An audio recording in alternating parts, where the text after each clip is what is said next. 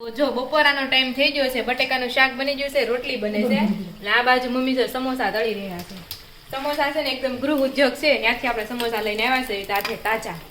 હા, તાજા છે આજના. તો એને છે ને ટેસ્ટિંગ કરવા માટે કેટલા આપ્યા છે ખબર? બટેકાના માવાવાળા આપ્યા છે, ચીઝ પનીરના સમોસા આપ્યા છે, અને ચાઇનીઝ સમોસા આપ્યા છે. 3 ટાઈપના સમોસા છે. અને આ બે વધારે આપ્યા છે ને 17 આવ્યા. એટલે 15 તો અમે ચાઇનીઝ સમોસા લીધા અને 2 ને ડેમોના આપ્યા કે ભાઈ તમે જોવો તમને કેવા સારા લાગે છે. પણ વાત એમાં ઈ છે કે બધું મિક્સ થઈ ગયું છે. આમાં ક્યાં ગોતવા કયા ચીઝ પનીરના છે નહીં મળે.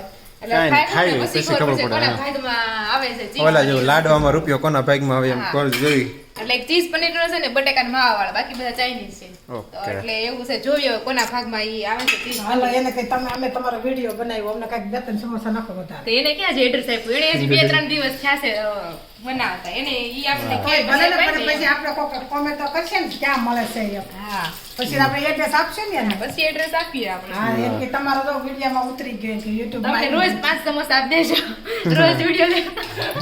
હા તો એટલે મારું નામ ચાલી ગયું. તો થાય.